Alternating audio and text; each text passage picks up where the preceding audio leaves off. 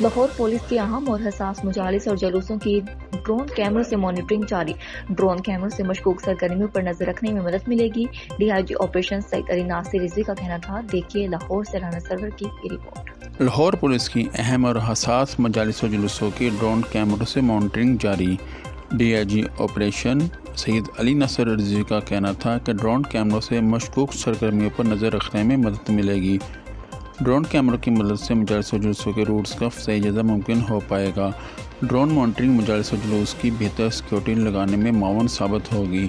D I G operation کا مزید کہنا تھا کہ مجالس و جلوسوں کی مانیٹرنگ کا عمل 10 محرم الحرام تک جاری رہے گا۔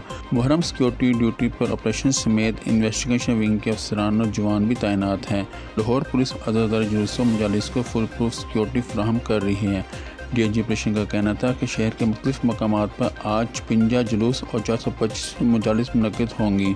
زمینی جلوس و مجالس حفاظتی اقدامات کے لیے پولیس سے تعاون کریں۔